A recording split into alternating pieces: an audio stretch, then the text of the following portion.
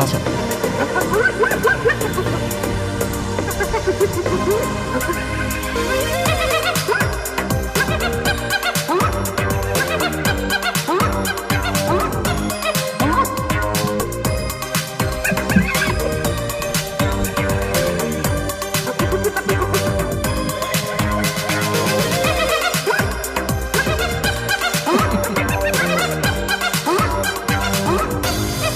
What's up, everybody? Welcome to History Hyenas. I'm Chris Distefano, a.k.a. Chrissy Cunanan. With me, as always, Yannis Pappas, a.k.a. Special Needs Stamos. And for the first time today, from the epic, legendary last podcast on the left, we have with us Ben Kissel, a.k.a. Cuban Missile Crisis. All right. The Cuban Kissel Crisis, a.k.a. Big Butt Ben, a.k.a. Hugs and Kissels. Ben Kissel, everybody. Thanks so much for having me, man. I'm really excited to be here, talk some wrestling. Also, you call yourself Cunanan. You know that, dude. Andrew Cunanan. That's what it is. That's what you're basing your nickname off of? When we watched the Gianni Versace documentary, it said, I'm Andrew fucking Cunanan. You were inspired by Cunanan. I'm basically just in the closet. Once I come out, I'm fucking killing rich gay dudes. You know, I had an idea right off the bat to get started, just because, in honor of last podcast on the left. Yeah. When we started this podcast, we took the psychopath test. Okay. Me and Chris. Good. How'd you all do? And I think you don't. This is the psychopath test is like golf. You want a lower score, but I'm assuming you all played it like basketball. Yeah. Well, I was thinking he was going to go higher, but I think ISIS wasn't it that I went higher than he did? Yeah, Yannis was way crazier. Yeah, but you know both of us, right? I think I've known you longer than Chris, right? Yeah, I think you have, actually. But I would say I could see that, Giannis, just based on your Twitter feed. Yeah. Because sometimes I follow both of you. I'm going to kill somebody. I follow both of you on Instagram, which I love following you guys. History Hyenas, awesome. But whenever fucking Chris posts one of your tweets, and he's like, it's going to be a long day. I'm like, I actually feel bad for you, Chris, because you got to be such close friends with Giannis, and those tweets in real life are just you screaming over a mocha in a Starbucks and being like, now we have to go. Yeah, in Bay Ridge. Bay Ridge, which nobody cares. There's white men screaming in every cafe in Bay Ridge about something political. Right, so it's fine. But you're talking about Medicare for all, universal basic income. They're like, get out of here. Yeah, they're like, what is this fag talking about? So megalomania, that's a big part of being a psychopath, right? Oh, I would think so. Yeah, a lot of like... Because you've become kind of like an expert. Like, you guys cover shit. You cover the worst people on the planet every week. Well, that's the whole thing, man. And we found it's great to just defang them, make fun of them. These are disgusting morons who can't do anything the right way. So they try to find a quick path to success, which is murdering a bunch of people and you get on the front pages. You know, I mean, that's the problem with a lot of the coverage of these people. That's why with the Ted Bundy, I will talk about wrestling here in a second, but with the Ted Bundy documentary, whatever you want to talk about, But with the Ted Bundy documentary that just came out, they tried to make him look like a goddamn genius. Right. This man is a necrophiliac, serial rapist, serial murderer, moron, jackass. Yeah. Come all over his jeans all the time. Right. He is nasty. He's not cool. He's not smart. And the way they got that dumb judge at the end, I don't know if you watched the end. Yes, I did watch it, Where the judge is like, oh, this is a real tragedy. It would have been wonderful to work with you one day, Mr. Bundy. I'm like, that judge needs to be, what is it, disbarred? Yeah. Get off the, he's way dead now, but what the hell are you, that's the tragedy, not the 36 dead chicks? Are you kidding me? I know. I remember my favorite episode of your guys' whole podcast. I've listened to a bunch, but my favorite, and I encourage you guys to go listen to it if you haven't already, the Casey Anthony episode. Oh, yeah. I mean, I was listening to that, waiting for that to drop like it was a fucking Netflix show. Like, dude, I couldn't, that was so amazing, the truth about Casey Anthony. Nothing's changed, man. In this world that we live in, capitalism, which I'm a capitalist dude, but whatever puts eyes on the screen and butts in the seats, that's all it takes. Casey Anthony is being offered $500K to pose nude in Hustler. Wow. Right. And she's like, I'm thinking about it. Yeah, no kidding, you're thinking about it. She is going to make $500,000 because she murdered her daughter. Yeah. I mean, that is just crazy to me. People think we've moved on a lot since World War II, because don't forget the Nazis sold out MSG. The Nazis sold out Madison Square Garden. So 80 years ago. Hate speech and that, it sells tickets. Disgusting, vile people still sell tickets. Oh, absolutely, and it's man. gross. Let me ask you this question. Do you think a big part of the serial killer phenomenon is fame, like infamy? Like, is that what they're going after? It's a bunch of people who are too lazy to do hard work to get successful. Yeah. It's like the people who were like, I don't want to date this chick. She doesn't have a lot of money in her family. I want to find a chick that has a lot of money in her family. Right. No, dude, you get the money. Yeah. And who cares? Like, so they just want to find a fast path to infamy, to success in their own right. Yeah. And their egos are so big. Like Ted Yeah. Bundy, when he was after he escaped in Seattle, when he was being hounded down in Florida, right before he murdered all the sorority girls, he's like, why are they even bothering finding me? Like, he didn't even comprehend that he is a complete and utter danger to society. And that's how I know you're not a sociopath or a psychopath, because Ben Kissel makes no fucking shortcuts. You did it the good old-fashioned way. Now you're one of the biggest podcasts in the world. But make no mistake, when I first met you 7-8 years ago, we were doing podcasts in the creek in the cave off a fold-up table that was used at somebody's communion the night before. Yeah, as a matter of fact, it was probably used in an underground wrestling match at some point. It looked like it had head holes in it. It looked like it was all dented. You fucking do that shit the right way, man. You worked up to what you have. And that's why we were so happy to have you on, and we appreciate it, because we look up to you, because you're 6'8" and you're successful. Yeah. Well, that's just more of a physical thing, not so much of a it's both. Sentiment. He also told me 330. The kid's a big kid. The kid's a big kid. Dude, you do not want to fucking you don't say fuck with Ben Kissel. What we do when we have our little studio that we got over in Greenpoint, no stairs. I'm on the 4th floor above the Comedy Cellar right now, and I'm walking up, and about halfway through the 2nd floor, I said, hey, do I need to do this show? No. I was like, I could just turn around right now and just go right downstairs and not even stress. Yeah. But, you guys got me a little exercise today, so that's good. You kept me alive for 3 more hours longer. That's what, we appreciate it, man. You know what I love Speaking about of Ben that, Kissel? Luke Perry died. What do you think of that? That's fucking wild. Dude, I was surprised. So obviously, Jackie Zabrowski, Page 7, check that out on the Last Podcast Network. She was a huge fan of Riverdale. And apparently, Luke Perry, not just 90210 fame, evidently he was the star of Riverdale. Yeah. And so that was 52 years old. That's why you're saying I'm 330 pounds. He was beautiful. Gorgeous. He was thin. He was in shape. He might have been a toffee, thin on the outside, fat on the inside. Yeah. Could have been. No, but it might have been coke. I think cocaine had something. think? Whenever someone dies in Hollywood who's like 52, 40s, you're like, they did a couple lines of blow. You think so? Yeah. I don't know. Honestly, heart attack, whenever it's heart related and it's that young, it's either severely genetic, like they had like an enlarged heart or a valve problem, or they just did a lot of blow. Right. Yeah. Yeah, it could be. This is what I love about Kissel. I've known Kissel a while. You've known Kissel longer than me. Yeah, I've known Kissel since I started. 10 years. Yeah, 10 years. I've been here since 06, and Yeah, we probably met that year. And Kissel's fun. He's Benny podcast, dude. He you always had a podcast, and you were always like, trying, and then your fucking one just blew. Yeah. Yeah, It's Marcus beautiful. and Henry, they're amazing It's great. people. It's a great fucking team, and Zabrowski's one of the funniest guys on the planet. Greatest character actor ever. He can improvise anything. Yeah. And he is just, he's a And superstar. Marcus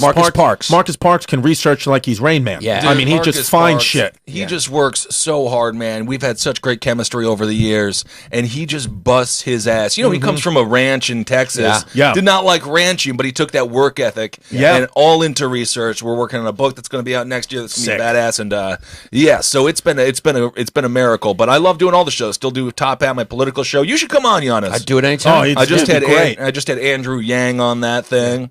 Yeah. So it's real fun, man. It's cool. Do you guys still do Legends of the Knights of the Round Table podcast? A Roundtable of Gentlemen. Round No, Table we had Gentlemen, to stop sorry. that a year and a half ago or so. Obviously, KB has passed away, which was extremely devastating and sad. We love you, Bird Luger. But everyone went out to L.A. Yeah. I've lost so many freaking friends to Los Angeles. Yeah. Everyone's like, oh my God, the opioid epidemic. What about the Los Angeles epidemic? Yeah. They're dead to me. They're on the other side of the coast. Yeah. I have literally lost 80% of my friends. To L.A. It's ridiculous. But you won't go.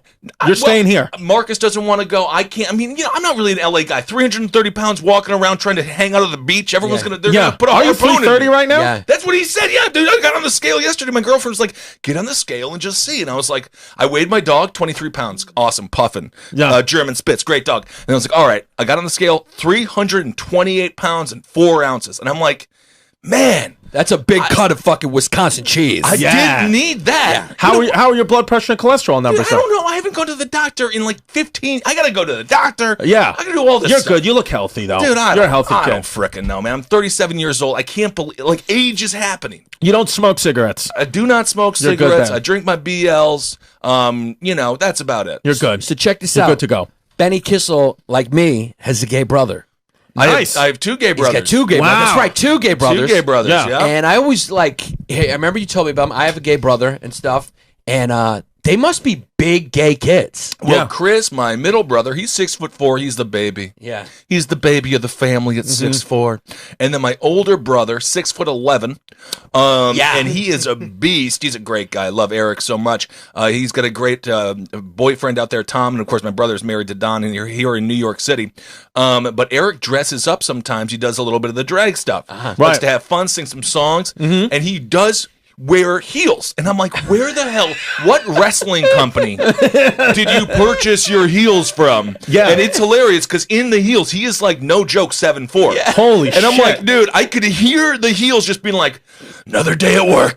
just like a dude who had worked in the coal mines for 40 years, like coughing up dust. Those poor heels. Oh my God. You know, but anyway, he looks nice in a little dress there. I mean, a big dress, but right. Is he a 6'11" kind of bottom? He's kind of more the in the relationship. Is he the bottom kind of thing? I think that there's a lot of. I don't think that they have specifically hardcore designated things. Yeah. I think whatever they're into. Yeah. Yeah, because they seem to be happy. Giannis's brother is like a top shelf elite gay. Like he's going after he wants to go after Anderson Cooper type. Oh, okay. You know what I mean? Well, like that's his crowd. That's his crowd. He's the elite gay. You know. That's what he wants. I see. But sure. and it was honestly, if I'm being 100% honest, we just went to Giannis's wedding. He just got married. Congrats, this weekend. buddy! I saw those photos on Instagram. Everyone had bow ties. Everyone looked so good. Black tie. Yeah. And so his brother was there. He was a groomsman, as I was a groomsman, and it was a little disappointing because I was hoping that his brother would be somewhat sexually interested in me, and he was not. He just wasn't. I mean, he just was not.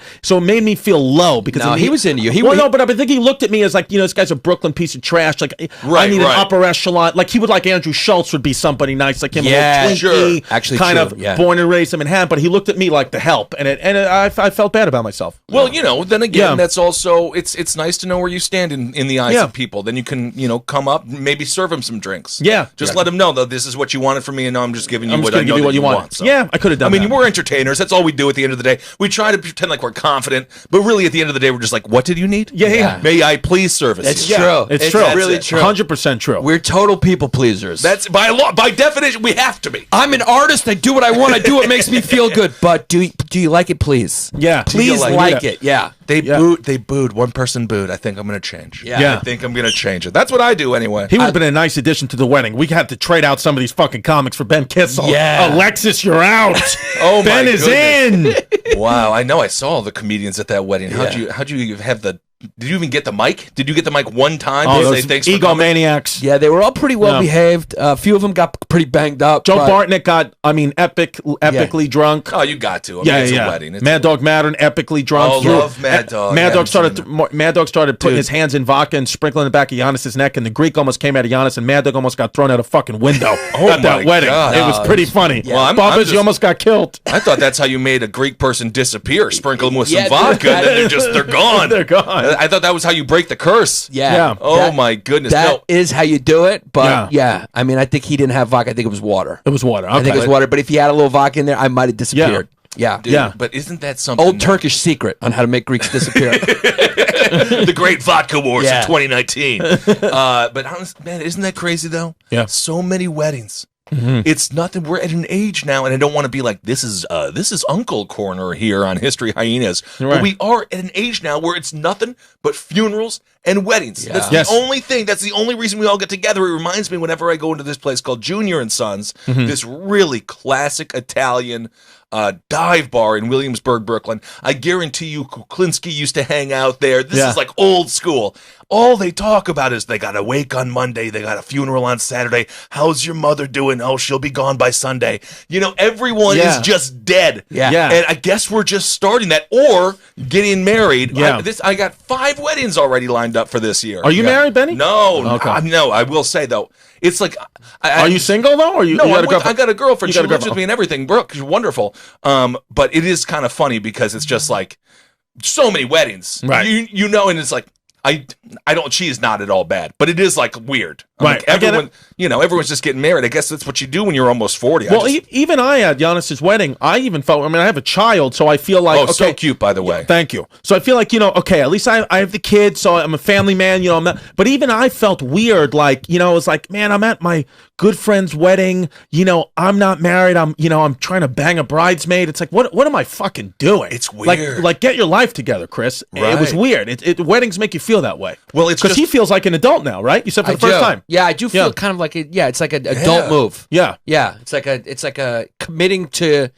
your biggest fear and like getting through it. Yeah. Right. Look at that. I mean, that's a beautiful ring, Yannis. Yeah, Beautiful. I like it. But yeah, man, I mean, maybe we're just immature. I don't know. I also like to just get hammered sometimes. Yeah. Go on Nike.com and find the best Jordans I can get. Yeah. And then I just had a pair delivered today in the mail, and I was like, that's better than a stork delivering a baby. Yeah. You can't wear a baby. Yeah, you can't. know, and then these are going to be sweet-ass shoes. I do that. I do the same thing and a lot. And I'm fucking, I look at Nike.com like it's porn. And I just fucking swipe, and sometimes I just order one of those hookers. Well, that's the problem with being older. I look on Zillow. That's the home app. Oh, sure. And I look on Pet Finder, and I look on. I just go shopping. I'm like a 45-year-old single house husband or something. It's horrible. Yeah. Well, but this is why we love having guests on the pod, because normally we just do like we just did, the history of Frederick Douglass last week, and then we did the history of Ohika Castle today. But what we love to do is get guests on and talk about something in history that they love, because it's like teaching us too and teaching our listeners, and we just fucking pump for history and nature with the Hyenas, baby. We go wild. I know it, dude. And Benny Kissel, we've been trying to get you on for a while, so we're excited. Yeah, you can talk about whatever you want. Well, let's talk about. This is let's do the history of D-Generation X. Yes. So now DX, it's an old ass, it's a wrestling faction. Right. It was formed in 1997, and the four main people about like Destiny's Child. Like Destiny's Child. 97. That was probably when they were getting cooking. Yeah. I would say the Beyonce of DX got to be Shawn Michaels. Okay. He was the lead. Triple H, he's like the Kelly Rowland. The second, but he's definitely needed. Yeah. And then there was a chick named Chyna. Now, Chyna, she was the eighth wonder of the world. She was actually originally Triple H's bodyguard. Right. Which is pretty awesome. She was also an intercontinental champion. And, this is before, like... This is before the porn. This is way before. She got into some drugs, and she fell on some hard times. Obviously, R.I.P. Chyna. R.I.P., yeah. I actually had a chance to give her an award. Oh, man. For the Fleshbot Awards. Nice. Which was pretty cool, man. That's awesome. My friend hooked me up with that, and I gave her the best porn to, the best mainstream to porn award. The mainstream being D-Generation X and professional wrestling. Of all time? No, for that year. Oh, for that year. And she was cool about it. She loved it. Oh, man. And then, of course, the porn was backdoor to Chyna, and then I think it was the return to the backdoor to Chyna, but it was not about doors. It was about her butt. I remember it was about her butt. I spanked off to it. I'm just going to... I'm putting it out there. I always as long as you don't watch the one with my boy Shawn Waltman, who we'll get to in a second. I wouldn't even know it. Let's I don't know who the dude was, but I definitely spanked one out to her. Oh, my God. Because she's like, she looks like she might have a piece, and that's what I'm into. I used to jerk off to her, and then I jerked off to when Sable did Playboy. Well, I actually interviewed Mark Marrow, the Wild Man. Mark Marrow, WCW and WWF. You can find that episode on Abe Lincoln's Top Hat. If you just search Abe Lincol's Top Hat, Mark Marrow, you'll find it on Last Podcast Network. But he was telling me, he's like, because now he's a motivational speaker. Right. We'll get back to DX here in a second. But he's like, he's a motivational speaker. Right. He's like, I made some mistakes in my past. And I said, well, what was actually one of the mistakes? Like, because everyone's like, I made mistakes, but no one ever tells you what the goddamn mistakes were. Right. So he said one of the big mistakes was I let Sable do Playboy. Right. And after that, like, everything kind of fell apart. I don't think his ego could handle it. Right. I don't know. And then his whole wrestling gimmick at the time was basically just being an abusive husband. Yeah. And now, of course, but that was great. Sable was so awesome. And now, of course, Sable is married to Brock Lesnar. Right. See, I didn't know that. See, because I'm out of wrestling now, so I didn't know that. So that's great. You know what's funny? Wrestling and comedy very are similar. So similar. And even like sort of like a lot of the wrestlers end up, because you're on the road with each other. Yeah. You live in that world together. Right. You're constantly around each other in a way that co-workers who work 9 to 5s aren't. You work your 9 to 5, you go home. When you're wrestling, you're on the road together 24 hours a day. You're sharing this experience. You have to be funny. I mean, The Rock was funny. These guys are funny guys. And they go They're for doing sets. They go for the pops. The same like we go. It's all about popping the crowd. Yes. And of course, The Rock had to work his ass off because those chants of Rocky sucks when he came out as Rocky Maivia. Obviously, dude's a legacy. Wrestling fans are like, how'd you get here? Right. Are you like James Dolan with the Knicks? Did they just give you this? Right. Are you are you worthy of having the status of superstar? And he worked his ass off to win that crowd over. He went heel. Mankind helped him out with the I Quit match, which I talked to Mick Foley about that as well. He says he doesn't like. He's like, I wish no one would ever mention that match. It was the least artistic match of my life. And like all this, that's a horrible impression. But but he's like, he hated that match because he was just getting nonstop chair shots. His hands were cuffed behind him. And his family was in the front row. And you want to see wrestling's fake, all this kind of crap, all this nonsense. It's predetermined, but it is extremely real. Oh yeah, those chair shots were no joke. Oh fuck yeah. So anyway, is that the rub though? When you said that Mankind helped him out, helped The Rock out, is that what they call the rub? No, that's putting him over. Ah, what's that? That's when you like take someone and make him. After that match, The Rock was a heel. Okay, like, and that means bad guy, you know. Right. So he was like, everyone's like, damn. That The Rock isn't messing around. Like that was brutal. So putting him over means putting him over with the crowd, or getting over with the crowd and just having people be like. So Mick got over it because everyone's like, "Damn, Mick, thank you, brother. Like that, you just got a beat down in your lifetime for our entertainment in this sick kind of way." And then The Rock was like, "That dude's a bad man." Like so, this guy is a heel to say the least. Like he's truly bad. So so we have China. So it's Shawn Michaels, the Beyonce, Kelly Rowland. We got Kelly Rowland is Triple H, and then Triple H is Kelly Rowland, and then China. What's the Michelle? But isn't there 4 of them originally? Yeah, the fourth one fucked up. She left. Nobody even knows who she is. You can't even find her on the internet. She was originally, and then she fucked up. She had a big ego. They cut her out, and then she was just out of it. Like the fifth Impractical Joker is just a garbage man. He's just a garbage man on Staten Island. It sucks, but it's the truth. I love the Impractical Jokers, the best. dudes. Yeah, those guys gave me a chance. I played a bank robber in one of their sketches for Joker's Wild, and they were the best. Sal Bocano's the best. Sal, the whole crew, man. The whole crew, sweet. He also made a little video for my little brother. Who was like a huge fan, and it was the first time my brother was like, "Oh, so you are in the entertainment business?" I was like, "Yeah, Michael, I've been telling you this for years." Oh yeah. And then as soon as he saw it, I just filmed Sal do a little like 30-minute video clip of being like, "Yo, what's up, Michael?" Yeah. And Michael was just like so impressed and cool. So Sal's like one of the sweetest dudes. But anyway, so China's there. And then the 4th dude is a guy named Rick Rude, Ravishing Rick Rude. You all probably know him. Old school. So Ravishing Rick Rude, he is actually the dude who was like the chick who just dipped out of Destiny's Child. Right. Because what happened was there was a SummerSlam. And in this SummerSlam, Shawn Michaels was going against Bret Hart. And this is before D-Generation X really formed. Of course, before DX, there was the thing called the Clique, which was Triple H, Shawn Michaels, Hall, and Nash.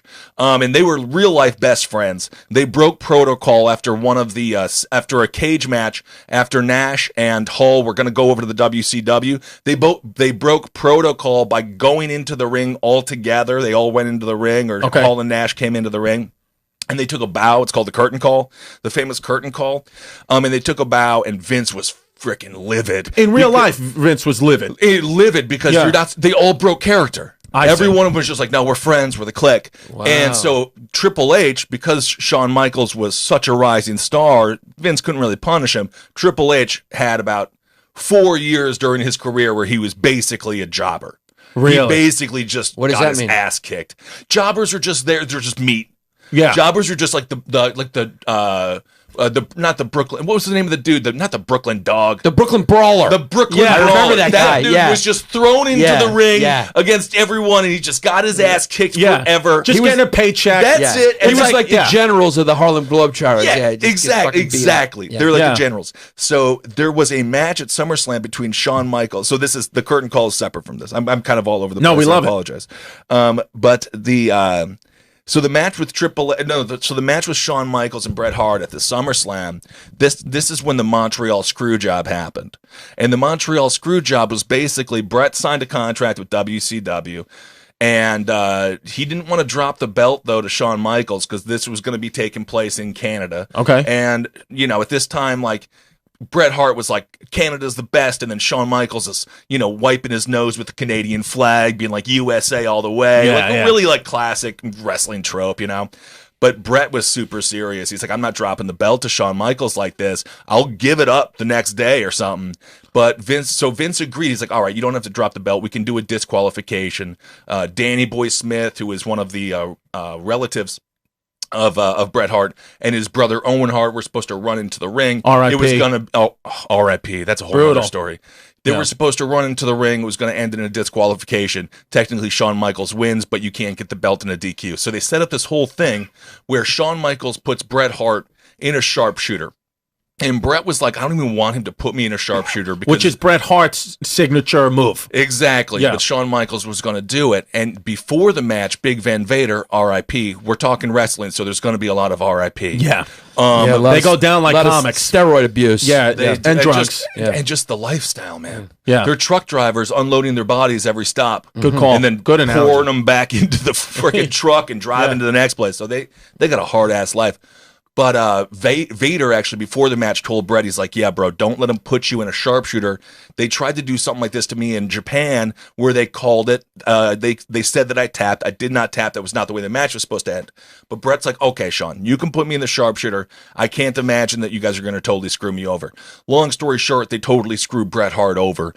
Vince is sitting at the sideline or outside the ring with Sergeant Slaughter, old school, and he's like, ring the bell as soon as Shawn Michaels gets Bret in the sharpshooter. You can see Bret doesn't tap. The whole thing is a total mess. Everyone's like, that was not a play, dude. That was like super serious. Bret Hart punches Vince McMahon out in the back. The only reason that Vince McMahon even came into the locker room is because Mark Calloway, the Undertaker, started banging on his door because Mark was sort of the leader of the locker room, he and Bret in many ways, and Vince had a lot of respect for Undertaker, so he got Vince out into the locker room to meet with Bret, and Bret just knocked his ass out. For real. Wow. For real. He had a real shiner.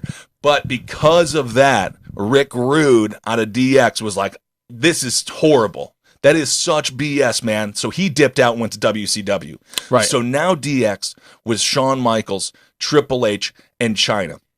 And they had a bunch of different kind of fun feuds going. Triple H and Shawn lost to The Undertaker and Mankind because they were like teammates, so they were starting to wrestle a little bit together. Let me find a little bit on this timeline. And while the NWO was in WCW, like at the same time or a little before them? Well, the NWO was starting to kind of come in now, right? Because National had dipped over there, so they're starting to kind of control everything. Eric Bischoff, basically what we're seeing now with the AEW, I hope they can learn from WCW's mistakes. Basically, WCW, Ted Turner was just like, the doors are open to the vault, man. You get all the money you need to get the biggest dudes, all this stuff. Right. The problem is Eric Bischoff had no freaking clue how to handle the egos of these people, the talent of these people, and they really did just start running WCW. Yeah, so legit. Because people like Vince McMahon, it's no accident Vince McMahon is who he is. He's able to control these guys in a way that's like crazy. Well, if you want to know Vince, because my good friend Mike, former roommate out in North Carolina, love you, Mike. Mike's a listener. Mike's a listener. He's a big fan of you guys. Hyenas. He went to patreon.com/Bay Ridge Boys. There it is, buddy. Yeah. And he's good friends with Ashley Flair, or Charlotte Flair is her name in the ring. And she was telling him that, like, Vince watches every match from just outside the curtain where the wrestlers come in and out. And he watches it. He's in the ear of the ref the whole time. So sometimes he will mess with the match mid-match. Wow. Be like, yo, we're filming it. Still to this day. Still to this day. Holy shit. I didn't realize that. So as soon as the wrestler gets off the stage or out of the ring, off the ramp to the backstage, he comes up and he just, she said he was scary. Like, he's just scary. He's like, you didn't do this right. You didn't do this right. You didn't do this right. And, of course, you know Matt, the former writer. He's got a great podcast. Oh, yeah. We Watch Wrestling. If you get a chance, he was the king of commercials in 2012. Oh, my God. He was every commercial he was on. Matt McCarthy. But he was telling me, he's like, I don't know if I should be named. It's fine. It's not a big deal. He's a positive guy. It's positive, yeah. Oh, it's all good. But he's like, Vince is intense, dude. Yeah. Because the average turnover is about 6 months for the writers. Yeah. And he's like, Vince will just be in a meeting, and he just slams down powder energy drink, like energy shake that you are supposed to mix, like a lot, like a gallon of water. He's like, he doesn't mix it with nothing. He just gobbles it down like a hungry little, like whatever, like a turkey. Yeah. You know, like a little turkey. Yeah. And he's just like, he just took pill and then he would have a sip of water or something. But he was so amped up. Yeah. Like all the time. How does he not have a heart attack or a stroke? He will. Oh, he will. But he's already 72. Yeah. And he's jacked still. He's huge. Yeah. And he has put himself in some harm's way in the ring. He has done he's taken some bumps, but not nearly as much as like his kid. Great wrestling heel. Oh, he was great. Well, He's fun. He's like a little funny in his character, the way he like. And he's got an ungodly amount of money. We don't talk about Vince McMahon. Probably has his net worth is probably close to $1 billion. Is that way too high? That's too high. I think that might be 500 million, maybe. I think that's reasonable. I mean, the thing is, I was talking to my boy Tyrus over on, I did this little show called Un-PC on Fox Nation, which, I don't do all the shows over there, but that was a pretty good one. He was a nice guy. Funkasaurus, Brodus Clay. He was telling me, he's like, Vince just, like, they don't pay anyone anymore. Really? Like, even if you do the video games, back in the day when you were in the video game, you got, like, at least $80K. Right. And now you get 5. Wow. They just stopped paying everyone. Because I was really upset at one point when I broke up with my girlfriend. Broke up with me. This was 2012, maybe. No, I'm sorry, 2011. She broke up with me, and then she started dating immediately after me because they're from the same town. She started dating Zack Ryder. So I was I was like, oh my God. I was like, this fucking guy probably taking her out everywhere. And then I remember they posted something once for Facebook. He took her to dinner at Applebee's. And I was just like, and then I talked to a guy, my friend Pat Driscoll. Do you know Pat Driscoll? Of course I know Pat. So Patty D, who's inside wrestling as you guys are. Yeah. He was like, you're making more money than Zack Ryder on the road, man. He's not getting paid shit. Yeah, I was like, okay, that makes me feel better. I mean, he was still jacked and absolutely pounding the shit out of my ex-girlfriend in a way that I could never. But at least I potentially had as much money as him. Well, dude, I will say this, though. No matter how much money any of us make, if you ever turn your back on Applebee's, you're dead to me. Yeah. Applebee's has been with us forever, man. It's the fucking neighborhood. I remember dead broke. It was $4.99 appetizer sampler, like a $2 huge ass beer. You could spend $20, get hammered. 2 for $20. It was great. Yeah. Anyway, so after Nate Bargatze met his wife at Applebee's. He would. Just FYI. Did he really? Yeah. Red State Nate. They were working there, not at the bar. Like that's a heartland job right there. Yeah. I didn't say meet your wife there. Vince McMahon. Unless you're from Tennessee and there's no other way to do it. Oh yeah, Zach Isis, by the way, is huge in wrestling. So Zach's got some things to say. Vince McMahon's net worth as of this year is $3.2 billion. Him personally. Yep. See, it's crazy. He's a billionaire. Multi-billionaire. And he's paying him fucking $5,000? Well, also good friends with Trump.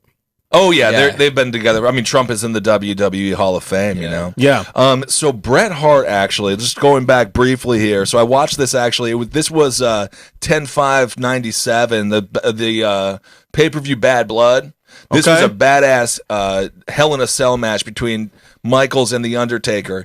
And then the next day, Shawn and Triple H showed footage of the infamous aforementioned MSG curtain call from a few years earlier. That's what I was talking about. They all got together. Yeah. And then Bret Hart called Shawn Michaels a degenerate. And then 10/13, Shawn uses the words Degeneration X for the first time. Wow. So you could actually kind of thank Bret Hart for, kind of planting the seed of Degeneration X. With the real emotion. He meant it. He meant it like it was like he was angry when he said it. The feud between Michaels and Bret, a lot of times the best, most intense matches you see, you got to be like, they must hate each other. But of course, the irony is that means they really like each other because they can work together like that. Right. But Bret and Shawn, they did have they were very different people. Yeah. Shawn Michaels, like his character, sexy boy, all that stuff. Right. Pompous, just like thumbing his nose at everyone, just being like, you're not nearly as good as me. Like that was an exaggeration of who he was, but it was who he was. It was who he was, yeah. And Bret is just much more just like, go to work. Yeah. Get your job done. Humble guy. Humble dude. Is he still alive, Bret Hart? Bret's still around. Dude. Great. He's got a gorgeous wife. And he's just living the dream. I'm happy. I hope he takes care of himself because the Hart family has certainly been devastated by the business. Owen Hart flying from the frickin' ceiling, man. And then Davey Boy brutal Smith on gone. YouTube. Yeah. Him and Vince don't like each other anymore, right? Yeah, it's a love-hate, because it's one of those things. Vince has this it's almost like when you talk to someone who is like in Scientology, but then kind of gets out, but will never say anything bad about L. Ron Hubbard. Right. It's like they'll still be like, well, LRH, he's not that bad of a guy. Yeah, but meanwhile, they fucking hate him. But they also, like, if you're a wrestler and you're in the business, and, Vince also created he created a worldwide product for better or for worse. It's a good point. It is crazy, like what Vince was able to do. Well, like that's like what people say. Like anybody who's directly worked, obviously, not some of the newest people, but like people who worked for Donald Trump, who like I knew, like because he used to employ a lot of New Yorkers. They all loved him. They were like, even if they didn't vote for him, they were like, he was a pretty good guy and he was nice to us. He threw a big Christmas party, gave us bonuses. Like he wasn't the biggest jerk, right? To some people. So I get what you mean. Oh, before he ran for president, he was kind of like. Yeah, he was liked. Well, interesting. It's funny because I actually talked about this on a radio show when I replaced Alan Combs for a little while on Fox News Radio, but then they went with whatever more conservative people. It's all good. It's Fox News. I get that. You're too much of an independent thinker. I get that. I mean, independent thought is not needed on any of these. No. We got to know how extreme are you and which way. Doesn't sell tickets. Being reasonable doesn't sell tickets. Being extreme, get Casey Anthony in there to talk about RBG. Her love for Ruth Bader Ginsburg. When she wore that shirt, she was on the cover of everything. I'm like, she's a killer. Yeah, she's a child killer. But so brave to like RBG. So brave. So brave. Hashtag brave. Is that the dark side of capitalism to you? That's sort of like, hey, an opportunity, like morality always takes a back seat to making a buck. If an opportunity's there, someone will fill the void. No, I mean, I think that's why in many ways, when Trump is up on stage talking about how he gives money to all these people that he was on stage with back in 2016 and stuff, people were like, it's disgusting. So they voted for someone who's disgusting. Yeah, because the system's disgusting. Yeah. But with, what was I going to say about, it doesn't matter. So anyway. Well, let me ask you, Zach Isis is I wanted to ask you, were you allowed to watch wrestling in the Caliphate? Yeah, they actually promoted any sort of violence, hate, anything like that. Because you're a big wrestling fan. I knew you're a wrestling fan, so I want to know what do you have to say about some of the stuff Benny Kissel's saying. I'll tell you who his favorite wrestler is right now. Iron Sheik. 100%. Oh, my God. Yeah. And Jinder Mahal. Yeah. Dude, the fact that the Iron Sheik is still alive is like, what the hell? And has Twitter. And loves it. Yeah. And that dude is a maniac. The fact that he lives, man, there's no rhyme or reason for any of this stuff. That's what I thought at KB's funeral, dude. A superstar, 32 years old, one of my best friends in the whole world. And then it's like the pastor's up there being like, there's a reason. I'm like, dude, if there's a reason, God is very stupid. Yeah. Because what is the reason? No, there is not. Yeah. There is not. There is no shit happens. Iron Sheik is out there punching people out at signings. Did you see that? He got into a fight with Ultimate Warrior. Yeah. He's like, shake my hand. And the Warrior's like, no, bro, you've been telling everyone I was doing drugs for years. I hate you. Get the hell out of here. Yeah. He's trying to fight the Ultimate Warrior. Why is whatever? Casey Anthony's still alive. Why is fucking KB not? It doesn't make sense. No, exactly. There's I don't buy any of that. There's one pressing question we haven't answered right here. What is it? Talking about Triple H. Okay. And I got to ask Ben Kissel straight up. Straight up. How much does Chris Distefano look like Triple H? A little, a little bit. See, you got the schnoz. You got like. Some of our Patreon members have said I look like Triple H. Yeah, I could see it. I mean, Triple H is just huge, huge, dude. How big is he? Well, he's not that tall. He's about 6'3", I want to say. So taller than me, though. Yeah. And then his shoulders are probably the size of Anthony Mason. He's actually a very nice guy, too. I met him once. He was like a very kind, pretty normal guy, was really cool. What a small piece. Have you ever seen him in spandex? He's got a small dick. He's got a small piece. Oh, you think so? Yeah, he looks like he's got a vagina there. Oh, my. I don't know. By the way, sweet New York Knicks reference, Anthony Mason. Yeah. Oh, another R.I.P. Another R.I.P. I actually saw him on the street one day many, many moons ago, and he was walking, and if you've ever been in New York City, you know it's scaffolding everywhere. Yeah. Right. And his shoulders on the sidewalks, and his shoulders were literally about an inch away from both of the poles for scaffolding. That's amazing. And I went up to him and I was like, "Love your work, sir." And then he's like, "You are not a pretty girl." Yeah. I was like, "Okay, gotta go." Yeah, because you're about his height, not his width. I looked into his eyes. Oh my God, he was that 90s Knicks team, I don't even care what anyone says. I used to argue adamantly that John Starks was better than Jordan, and I will still do it. Yeah. I don't care. It's amazing. Based off the one dunk that he got lucky on because of the angle. Well, even though they never won the championship, they should have. 93, 94, 95 Knicks it's one of the greatest teams to watch of all time. Oh, absolutely. And they should have beat Houston, man. I mean, Houston can take the second one, but they should have had the first one. Yeah. But you know what? Looking back, that's how good Akeem was. Oh, yeah. That's how good Akeem was. No, he was... you couldn't stop him. And honestly, dude, you watch basketball now and still watch it quite a bit. Akeem would have still been able to play. Yeah. I don't know if Ewing's in there. No. Like you can't really be a big hoss anymore. But Akeem, man, so crafty. I wouldn't be surprised if he would be taking the ball up. Yeah. Like, that dude was so agile. And he would quick. play 1 month of the season fasting because of That's Ramadan. He was right. devout Muslim. Yeah. So he That's would right. still be able to keep up with no food. That's right. Yeah. So anyway, going back, speaking of bad boys like the New York Knicks, D-Generation X, they were doing shit. They were like playing strip poker in the ring. This was in like, what was it, December the 15th of 97. The Legion of Doom beat Shawn Michaels and Triple H by DQ when the New Age Outlaws, the Road Dogg and Billy Gunn came out and shaved one of Hawk's 2 mohawks. Hawk, R.I.P., man. Great dude. Be careful how much you drink, Let me just say right there, this History Hyenas episode is the one with the most fucking RIPs. Dude, we're talking wrestling, politics. We're going to be comedy and sports. Yeah. It's the RIP show without a doubt. So anyway, that was the first time the New Age Outlaws associated themselves with DX. So now the group kind of grows. So we had Rick Rude dipped out after the Montreal Screwjob. He's like, that is total crap. So it's Triple H, China, and Shawn, and now the New Age Outlaws are like, dude, let's be a part of D-Generation X ourselves. So now you got this whole crew together. New Age Outlaws have a really nice championship run with the belts. They're way over with the crowd. Everyone loves them. And then what happened was Shawn Michaels and Taker, after their Hell in the Cell match, they're like, we need to do another great match. Right. And they love to work together. So they did this casket match. And this was in 1998's Royal Rumble. And if you go back and you watch that match, this was the beginning of the end of Shawn Michaels' like full career. Right. He takes a dive. He takes a bump outside of the ring. Undertaker throws him over the top rope, and he hits like the small of his back on the corner of the casket. Okay. And it is brutal. Like you could tell he really hurt himself for real. It was no protection. It wasn't a bump. I mean, this was a mistake, you know, and that just messed up his back like so bad. He was able to kind of push through for a little while longer, but really after that, and then of course we had what happened with Mike Tyson came out. You remember that? Yes. Mike Tyson comes out in the feud.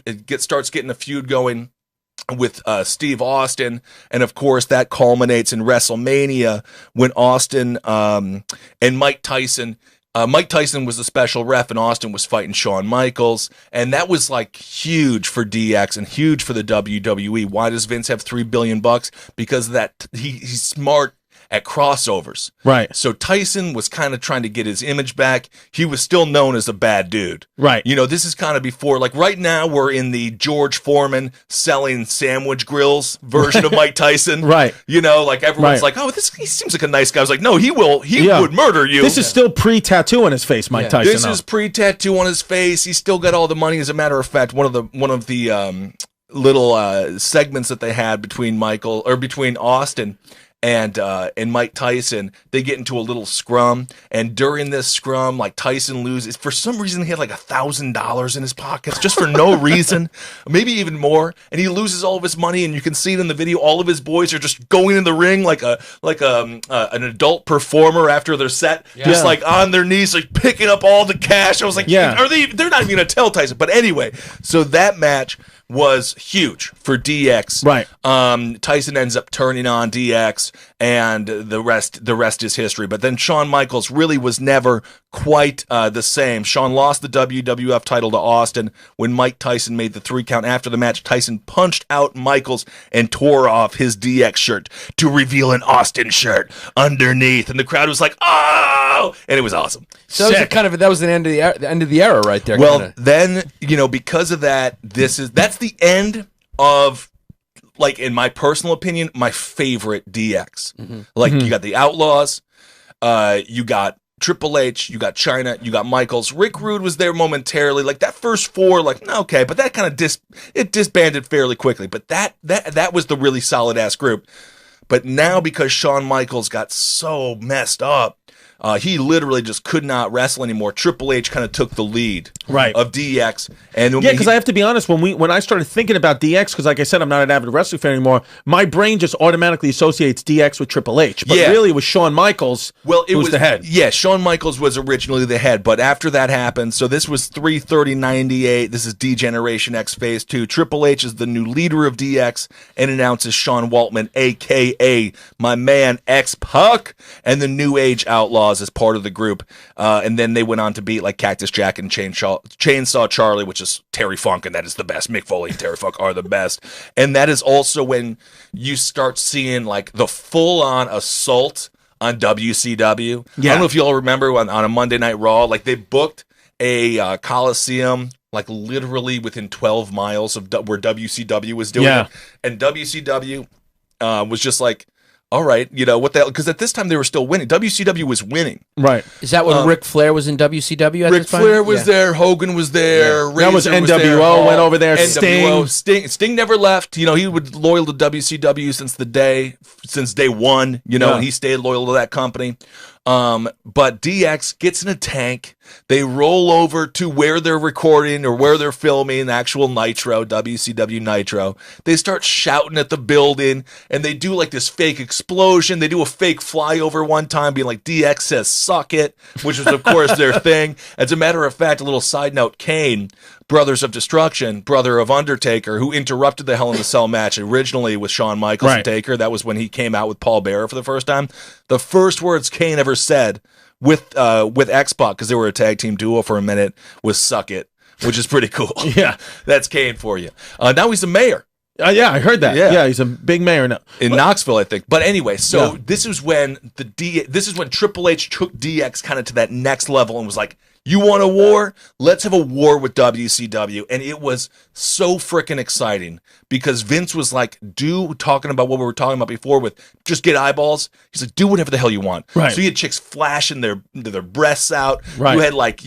They were swearing a bunch. Like, and I was a kid, 15, 16 years old, being like, I don't think they can say that on television. Right. And it was like awesome. And it seemed real. Right. Because the feud before Vince bought everything and kind of sanitized the whole damn market because his wife wanted to run for Senate, which she lost anyway. So they're like, we better make it PG. And I'm like, people have videotapes and YouTube, like they can find the old stuff. Right.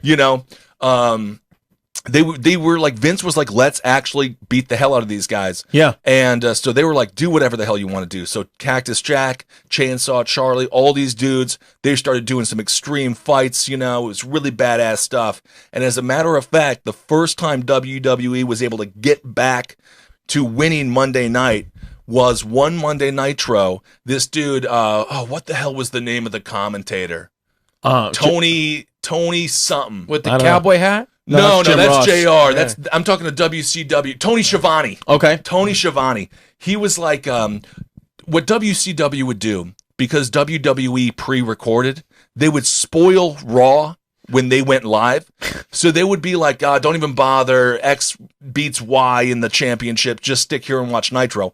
But because their product was getting so stale and everyone started joining NWO, it was no longer an elite group. And I was like, what the heck? What is this? Right. As soon as everyone's in it, I'm like, what is it? What's the point? So they say that they're like, don't bother tuning in to Monday Night Raw tonight. Dude Love or Cactus Jack or Mankind, I forget which one Mick was playing that night, is going to win the WWF Championship. Right. And everyone was like, oh, I'd like to see that. So they flipped over to WWE, WWF at the time, and then they never lost it again. Right. So WCW inadvertently gave WWF a huge boost by trying to spoil their main event. But that everyone's like, I could watch that, dude. That sounds cool. Yeah, they were basically advertising. They advertised for it, but they were trying to do it like smug. And then that's of course totally against protocol. And WCW is just gone right now. It's over. It's just over. Yeah, that was it. It became nothing, or it just went bankrupt. Did somebody buy it, or Vince bought it. Yeah. So okay, Vince bought everything. So Vince bought ECW, although Vince probably financed ECW the entire time. Of course, kind of used this as a farm league because everyone's like, "Where is Paul Heyman getting his money from?" And so Vince probably, and of course ECW invaded Raw and all that stuff. Like that doesn't happen, Right. So I think Vince secretly funneled money to ECW. But now we got ECW, WCW, and now of course there's a new AEW, All Elite Wrestling, and we'll see if they're going to be able to do anything. But he's got it all. He's got the whole thing. Just owns it all. It owns it all. So it's not all WWE. Like WCW still has matches. Yes, but now it's broken down into WWE Raw and WWE SmackDown. Okay. And so you got kind of two different factions, Raw and SmackDown.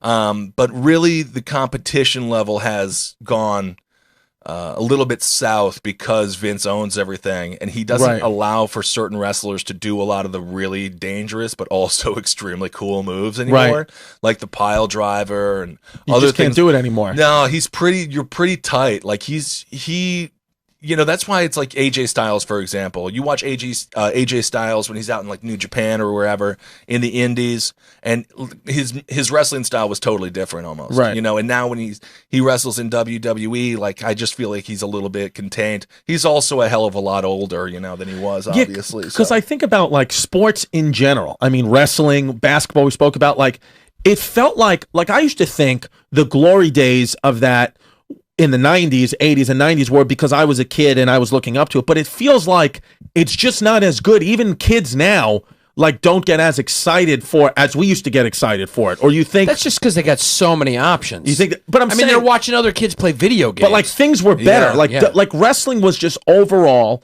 and basketball was just overall better in the 90s. Dude... Or you think that we just feel that way because we were kids in the 90s? That's my question. Maybe a little bit of both. Yeah.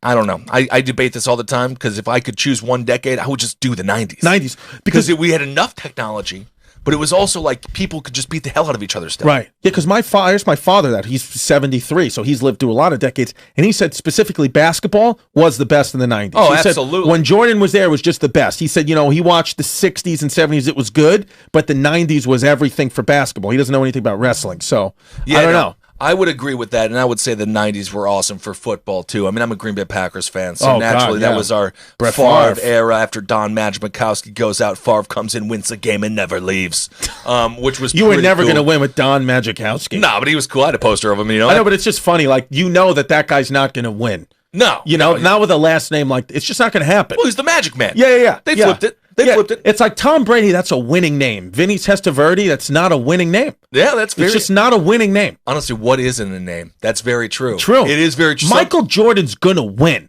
That's a great... It's just a fucking American hero name. Yeah. You know? I agree. Was the 90s when wrestling switched from pretending to be fake and admitting that it was? Well, so Vince was already kind of doing the entertainment route. Obviously, now it's WWE because they lost a lawsuit to the World Wildlife Federation, and I love animals. That's hilarious. But my God, man. Yeah, can you just be WWE or WWF? Because WWE does sound like it's just not, doesn't have the pop as WWE. Yeah, whatever. Yeah. So now they just fully embrace it, but evidently because of that full embrace of not calling them superstars anymore, calling it entertainment, that's why he puts everyone on contract. He doesn't, or on, you know, kind of freelance contracts much more. Right. And that's why people just don't get paid as much because he sort of changed the business model when was that entertainer. Moment? When was that moment, though? Because I remember when I was a kid, I used to think wrestling was real. Yeah. Because they wouldn't admit it. Well, that was when, again, Linda McMahon, when she started running for Senate, after the lawsuit, they lost the name. And then Vince just sort of leaned in and was like, it's sports, entertainment, and all this kind of stuff, which I think also gave him like a different legal, different legal abilities that he didn't have before regarding paying the wrestlers and stuff like that. So, but you know, Stone Cold Steve Austin, ECW really kind of ushered in DX, the Click. ECW was the first one to give people a platform that they could just rant about the business. So when Stone Cold got screwed over at a WCW, he went over to ECW for a while. He was injured, so he couldn't wrestle. And he just cut these promos that were just livid, man. He's just like, the wrestling business sucks. Right. This is, you know, screw all of you. When I come back, I'm going to be the man. Right. And then Vince is like, okay, this guy's great on the mic. So, of course, Vince takes him from ECW, gives him a character called the Ringmaster, hooks him up with Ted DiBiase, $1 Million Man, which, you know, nowadays with inflation, you know, what does that even mean? What does that mean? But, but then, you can buy a house in Bay Ridge, that's about it. Yeah, dude, exactly. Bay Ridge Rich. Yeah. $1 Million Man. He actually probably does have a house in Bay Ridge. Yeah. But, so Austin had this manager, Ted DiBiase. Vince didn't even let him talk. Right. That's how. And so Austin was like, "Why would I? You brought me over here because I have mic skills, and you won't let me talk." Right. Which was ridiculous. But slowly but surely, Vince, D-Generation X, Shawn Michaels, and really this feud between Bret and Shawn Michaels was tearing down the wall of like what's real and what's fake. They started to really blur the lines of like, is this a true storyline? You know, they did a really good job. Like, I firmly believed that Stone Cold hated Vince McMahon. Right. And I firmly believed that there was a massive feud between Hart and Michaels. And I firmly believed D-Generation X was like actually pissing off management a lot. Right. And to some degree, they really were. But they were so desperate for attention. They were just like, do whatever the hell you want. So basically, throughout 98, this is when DX was at their most powerful. So DX did that thing where they invaded the CNN Center in WCW headquarters. Triple H skywrites over WCW event, suck it. And DX mocks the Nation of Domination, which of course was with Farouk and The Rock, right? And D'Lo Brown, who was badass too. And they also had it was the dude who went on. It was Papa Shango. He went on to become Papa Shango. I forgot all Papa about Shango him. was great. And then he went on to become the Godfather. But I'm forgetting what his character was when he was in Nation of Domination. Papa Shango was the best. Was it Kama? I think it was Kama. Yeah. Anyway, but Nation of Domination was awesome. Like, this was when WWE was like, let's imitate a race war. Yeah. So they had like Crush have a motorcycle gang that went against Nation of Domination in like a backyard brawl. You know, they just beat the hell out of each other. But so DX started a fight with them, and The Rock was just so great on the mic. And he just like, so you had these feuds, and in your head you're like, they are like into it, you know? So it was just a perfect storm of people with mic skills and a desperate need to beat WCW. Right. So basically it was just a perfect scenario to create some kick-ass wrestling and some really awesome, aggressive wrestling characters. And So now you think that they were the degenerates helped kill WCW, and so that Vince could buy it? Dude, totally, man. Well, once because you know, Vince has a great line about Ted Turner. He's like, he's a businessman, he's a TV guy in the wrestling business, and Vince is like, I'm a wrestling guy in the TV business. So Vince doesn't, like, Ted Turner never understood what it is, like what the wrestling business is. Vince's father, of course, you know, he was taking over territories, and of course, when Vince took over after his father, his dad made a deal with every other territory that he's not going to go and take them, and he's going to let them be. And then Vince was like, I'm not my dad, so I'm taking everything. Right. You know, so Vince pissed off a lot of people, but that's because he got the wrestling business. Right. And so Ted was like, here's $1 billion, but when you have Eric Bischoff delegating your money for you, you're probably not going to last. So they just flamed out. Yeah. Ted just threw money at it. He just threw money, and they just flamed out because also the wrestling got stale and tired, and their young buck was Hollywood Hulk Hogan, for crying out loud. The man was, I love Hogan, but past peak, friggin' 55 years Chris old. Chris Helmsworth's playing him in the new Hogan biopic. Dude, people are pissed off at. Yeah, but I don't even get that. They're like, he's not the same size. I'm like, he's an actor. Yeah, actors are always smaller versions of the person they're playing. Of course, I'm 6'7". I came to New York to kind of act a little bit. I went to auditions. I was like, oh, there's no. Yeah. Who's casting me? Yeah. Maybe in Freaks and Geeks too. Yeah. I mean, who's casting me? You got to be able to fit in the screen. Exactly. Yeah. So whoever is going to, if I ever had a movie made about me, which I don't think that'll happen, but if it did happen, it'll be played by Ben Stiller. Yeah. Exactly. The dude's going to be 5'3". Yeah. They'd be like, that's not the height. They're like, no, they're put smaller things by him, make him look big. Have you ever seen Ben Stiller? Small guy. He is like, he's smaller than, he's so tiny, you can't believe how tiny he is. Dude, I know, man. Yeah, you could like pick him up and put him in your pocket. Dude, really? You know those actors, man. We meet the actors. Yeah, the little guys. I love actors, but my God, dude, when I was a kid, I was a little bit devastated to learn how small they were. Tiny. Yeah, I saw De Niro once, just a tiny, frail old man. Yeah, dude. It's crazy, weird, isn't it? But that's why I like wrestlers, because at least they're really big. Yeah, big dudes. Big dudes and great actors. Yeah. So this was kind of the peak. So 98 was sort of the peak. This is when Triple H beats The Rock to win the IC title. X-Pac wins the European title from D'Lo Brown. You know, so they got some belts. NAO, New Age Outlaws. They get the tag titles. No, actually, hold on. Edit that out. Do you guys do edits? Sure. Well, sure. We tell Zach to, but he may or may not do it. It just depends. Yeah, it just depends. Depends how much he's Anyway, Yeah. anyway, NAO, they get the tag titles. So basically, everyone had a strap. You know, you got the IC title, you got the European title, Yeah. you got the tag titles.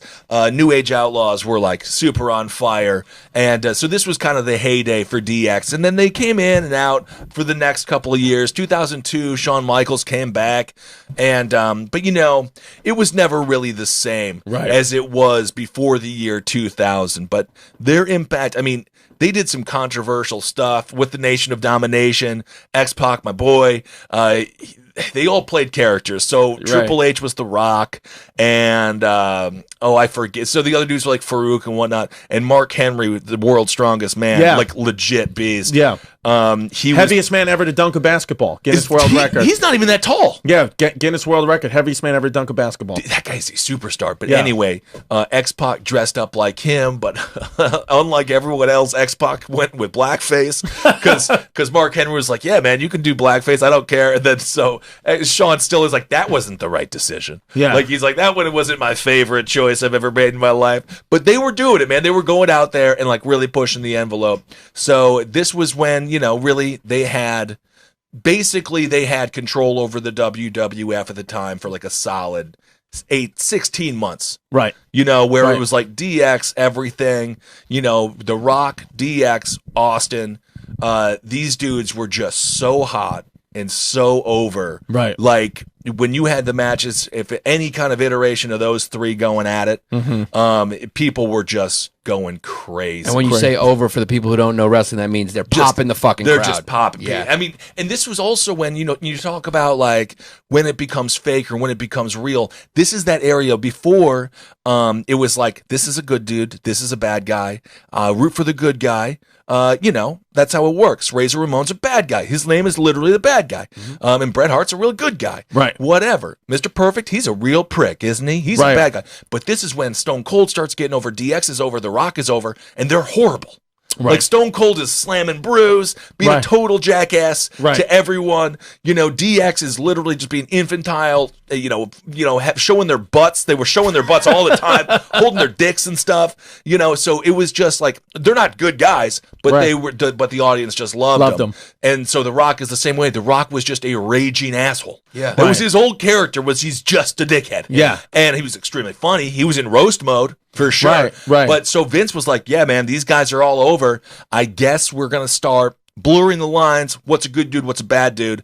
And then, of course, DX kind of culminated with a feud with Vince McMahon after China turned on DX at the Royal Rumble.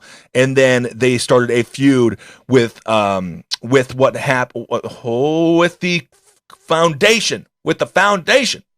I believe it was Vince McMahon's, basically. I think it was a corporation or something like that. Yeah. And that was kind of like the last little feud they had. And now Shawn Michaels just came back, right? Like Shawn Michaels came back to go wrestle in Saudi Arabia. Yeah. Because they got a lot of freaking money to do it. Because the Saudis are just throwing cash right now at the WWE. But I'm real conflicted about all that. That was Triple H with Shawn Michaels going against the Brothers of Destruction, Taker and Kane. Right. And, you know, I don't know what all that Saudi Arabian stuff, because they don't let the women wrestle. And there was another dude named Sami Zayn who wasn't allowed to go wrestle over there because I guess he wasn't the right sect of Muslim. Because of where he was from, he wasn't allowed to wrestle there. Yeah, so I'm like, how the hell are we going to go? Like, you're going to try to like say that you advance all these people and stuff, and then you're going to go hang out in Saudi Arabia and placate to these bigots, you know? Yeah, can't do it. I don't like it. I mean, they got $400 million, I think, for it, which is why they Who's the guy right now? Who's the best wrestler right now? Well, right now, I mean, my favorite dude, it is Braun Strowman right now, but you got like some really cool dudes in other leagues like AEW. Kenny Omega's badass. But WWE, Brock Lesnar is still the Universal Champion. I got a Universal Championship belt that I bought for way too much money because my friends convinced me it was a tax write-off. Yeah. But I don't think it is. Yeah. And last podcast on the left, money. Yeah, dude. And then so Brock Lesnar is still the Universal Champion, but for me, I mean, honestly, Ronda Rousey's big right now, Ronda right? Rousey's huge. I think the women's division's pretty cool. I like Giannis Asuka claims a lot. that Ronda Rousey was looking at him a little extra. She wanted to get banged out. She wanted to get banged out by Yanni P when he did a segment with interviewed her a her, couple years ago. Really? Get banged out, She's yeah. married now, dude. Her husband's huge, so Yeah. much bigger Yeah, than you well, are. Yanni's married too. Yeah, married too. So what could have been? What could have been? It would be a fun dude. fight Yeah. between Ronda Rousey's husband and Peanut Head Pappas. Yeah, it would Oh, be, dude, it would that's be for the quick. Patreon. It would be so quick, that fight. Yeah. I That don't fight would be know, so man. quick. Yeah. He could kill me. Matt, like fighting a guy who could kill you with his bare hands. Yeah. And no matter what would choose not to kill you Yeah. is an interesting feeling. Yeah. Yeah, To know that dude. there's no way that guy You can't win.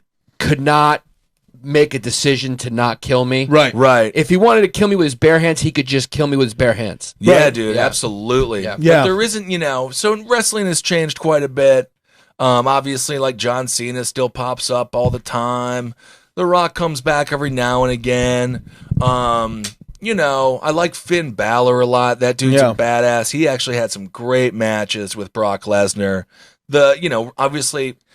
The problem is now it's just the WWE. Like Vince is he just like jams things down the audience's throat. Yeah. And so a lot of us just sit there like, okay, Lesnar's going to do a bunch of suplexes. He's going to win again.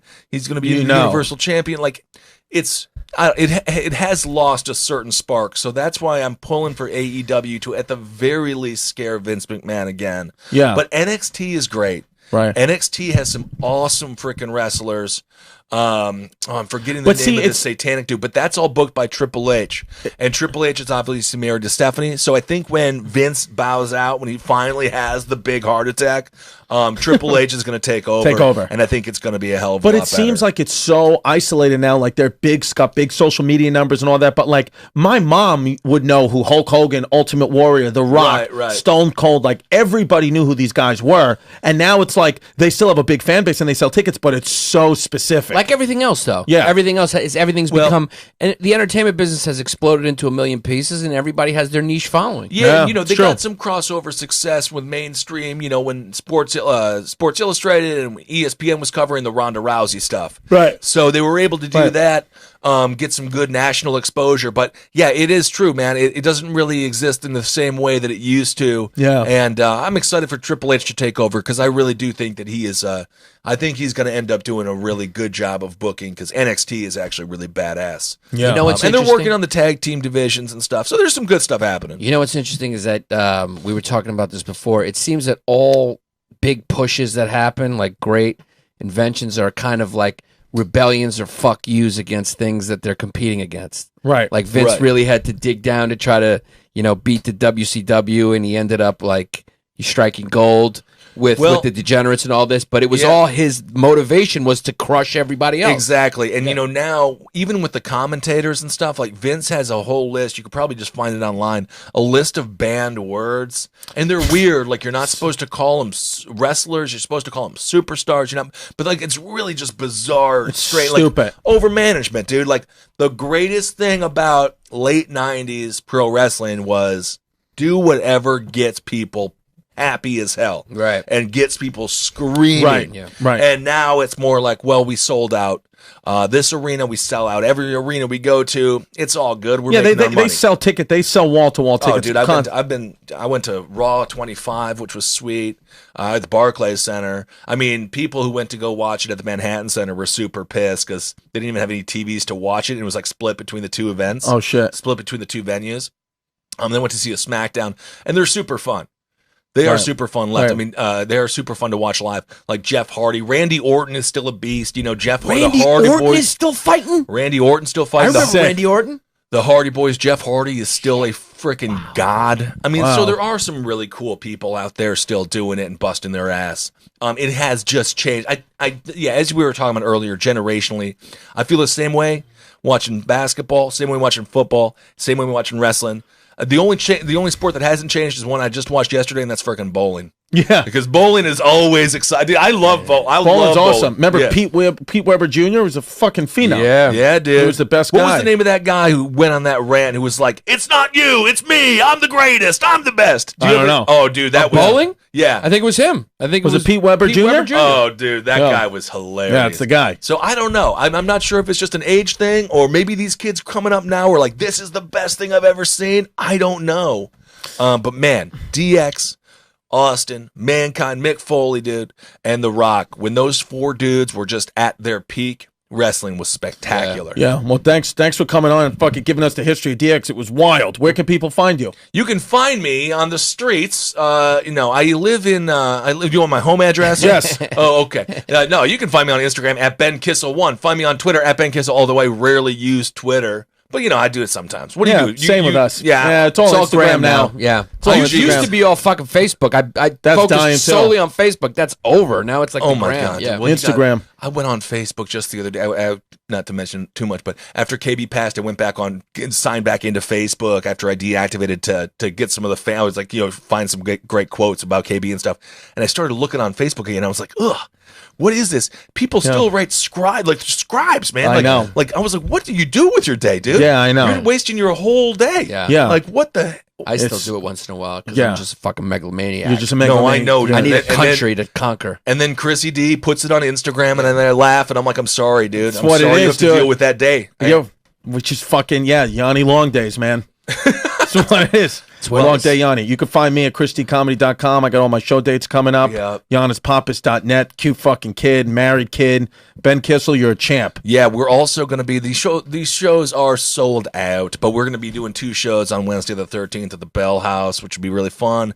And then we're in Nashville the following Tuesday, Cincinnati, Cleveland, and then Pittsburgh. So I think we have a couple of tickets for Pittsburgh. Fucking So- Yeah. great. So where And, can they find ticket links? Sellout acts, man. Oh my God! Just follow It's them on sold Instagram. out Search. anyway. Just Listen, search. don't try to It's find fine. it. It's probably sold out. The kids are fucking epic. Yes. Also, Abe Lincoln's Top at my political show. It does very well. Giannis, you have to come on, so then you can Definitely. rant and give Yeah. Chris's ears a little bit of a solitude for one day. I Yeah. appreciate you giving me a day off, Benny. No problem. Love Thank you, man. Thank you. Thanks for being on. Hail yourselves, everyone. Yeah.